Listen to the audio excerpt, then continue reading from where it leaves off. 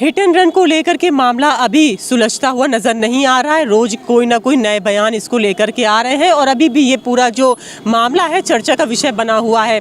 आइए हमारे साथ लखनऊ में इस समय में मौजूद है और हमारे साथ रजनीश मिश्रा जी हैं जो कि उत्तर प्रदेश रोडवेज कर्मचारी संघ के प्रवक्ता हैं।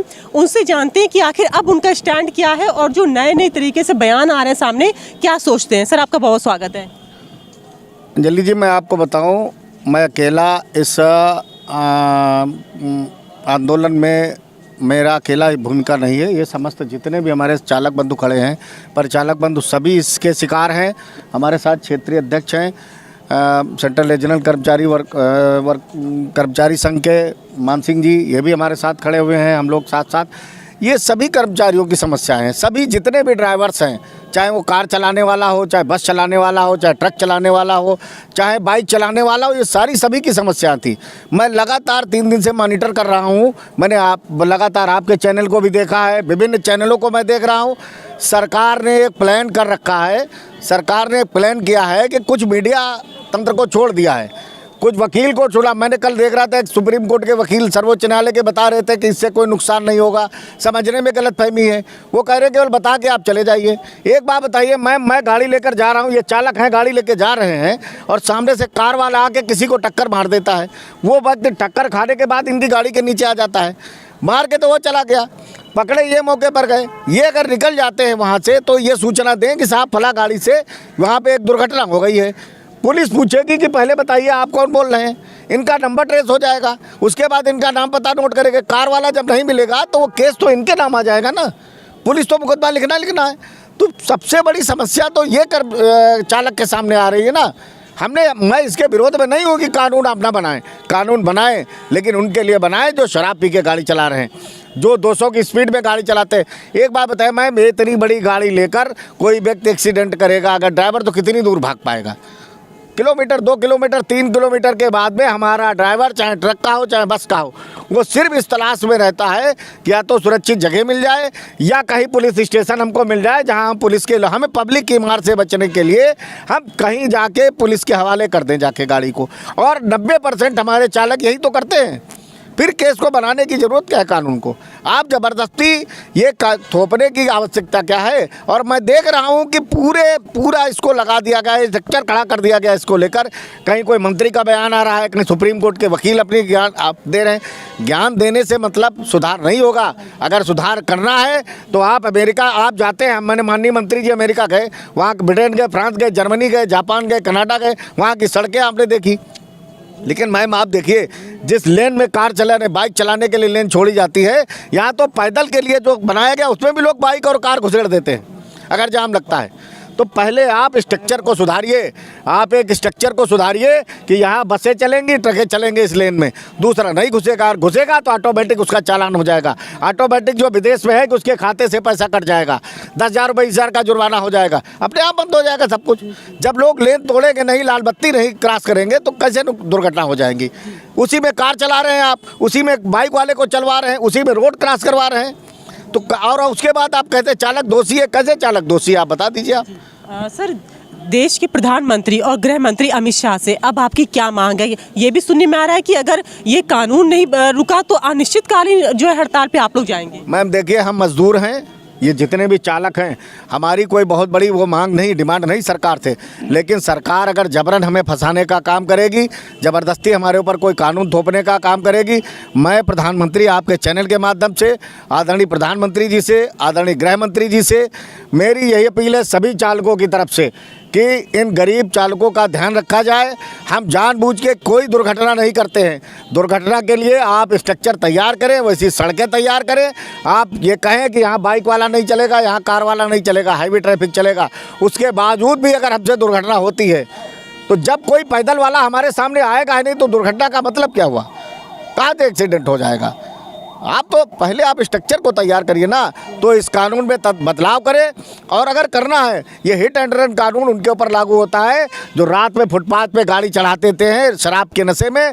बड़े बड़े IAS के बच्चे, IPS के लड़के और जाके चढ़ा देते हैं गाड़ियाँ फुटपाथ पर सोए हुए मजदूरों के ऊपर। ये हिट एंड रन कानून, उसके बाद भाग जाते हैं। ये हिट एंड रन कानून उनके ऊपर लागू करिए आप। ये सर आप जो ट्रक बस चलाने वाले जो देश की अर्थव्यवस्था में अपना पूरा योगदान दे रहे हैं, जो प्रदेश की जनता को एक दूसरे स्थान से पहुंचाने का काम देश के लोगों को कर रहे हैं, जनता की सेवा कर रहे हैं, उनके ऊपर हिट एंड रन कानून लागू करने का कोई मतलब नहीं बनता। मैं मेरा आपसे ये आखिरी सवाल है, ठीक है, जैसे आपने कहा कि क्या कहते हैं ये सारी चीज़ें जो दारू पी के चलाते हैं उन पे लागू होनी चाहिए, लेकिन सरकार के पास कोई दो सजेशन, कोई दो सलाह इस कानून को लेकर के, कोई प्रावधान में बदलाव, मतलब प्रावधान में बदलाव, जैसे भी 10 साल की सज़ा है और 7 लाख रुपए का जुर्माना है, उसमें अगर कम करे सरकार तो क्या करे, किस हिसाब से करे? नहीं मैम, कम करने का धारा 304 एक थी, इन्होंने जो इंडियन पीनल कोड था उसमें बदलाव कर दिया, उसे न्याय संहिता का नाम दे दिया। हम उसके लिए उसके पक्ष विपक्ष में नहीं है ना, हमारा कोई चालक, उसके भी सरकार जो अच्छा काम करे हमें कोई दिक्कत नहीं उसमें, लेकिन कम से कम ये तो ध्यान रखें कि आप ज़बरदस्ती किसी को थोपने का प्रयास कर रहे हैं। कहाँ से 7 लाख रुपया एक ड्राइवर देगा? आप बताइए, इस ड्राइवर के पास 7 लाख रुपया, इसकी हालत देख रहे हैं आप, ये बस चला के 10-12 हज़ार रुपया कमा रहे, हम लोग कहाँ से पैसा लाएंगे? आप बताइए। अगर कोई दुर्घटना हो जाती है, ये गाड़ी लेके जा रहे हैं, सामने से कोई भाग खड़ा होता है, कट से निकल के आ जाता है, टकरा जाता है, तो मामला तो सारा पुलिस के हाथ में दे दिया आपने। अब पुलिस कहे कि 2 लाख रुपया दो, नहीं तो आपके ऊपर हम 106 लागू करेंगे, हिट एंड रन कानून लागू करेंगे। और ये पब्लिक दौड़ाती है, ये बचाव में भागेगा तो जरूरी। और अगर हम सूचना पुलिस को देते तो हम तो सीधे सीधे मुलजिम हो गए ना, कि अगर हम सूचना पुलिस को मैम दे रहे हैं तो आपको सूचना दे दी तो आप कहेंगे फला नंबर से आया था, इसका पता नोट करो, पता आया, हमारा नाम पता सब आ गया, उसके बाद कहेंगे आप तो मुलजिम हैं, उठा के हमको अंदर कर देगी पुलिस। हम अपनी बात कहाँ कहने जाए ना। तो मैं आपके चैनल के माध्यम से सरकार से मेरा यही है कि जो लोग इसका दुरुपयोग कर रहे हैं उनके खिलाफ ये कानून लागू होना चाहिए, उनमें बदलाव करे। सरकार के पास स्ट्रक्चर है, उनकी पुलिस है, उनके तमाम ब्यूरोक्रेसी है, लोगों को वो उनको सक्रिय करे ना, उनके पास मशीन है, शराब पीने वालों को गाड़ी चलाने पर अंकुश लगाएं। और हमारे यहाँ तो अगर मैं उत्तर प्रदेश राज्य सड़क परिवहन निगम की बात करूँ, हमारे क्षेत्रीय अध्यक्ष भी मौजूद है, हमारे यहाँ तो बराबर जितने चालक हैं, हमारे जितने चेकिंग स्क्वाड लगे हुए हैं, आदरणीय प्रबंध निदेशक महोदय ने लगा रखा है, बराबर रास्ते में चेकिंग होती है, सबकी शराब चेक की जाती है, ड्राइवरों को बाकायदा हमारे पास में मशीनें हैं, जो चेकिंग स्क्वाड हमारे रास्ते में है, वो रात्रि में दिन में भी बराबर चेक करते हैं। अगर कोई शराब पी के हमारा चालक गाड़ी चलाते पाया जाए तो उसके खिलाफ कठोर कार्रवाई की जाती है। सर उत्तर प्रदेश में कुल कितने चालक हैं? हमारे यहाँ तो करीब 55,000 कर्मचारी हैं, इसमें करीब 20 से 25,000 के करीब चालक हैं हमारे पास में, 28 हाँ 20,000 के आसपास चालक हमारे पास में है।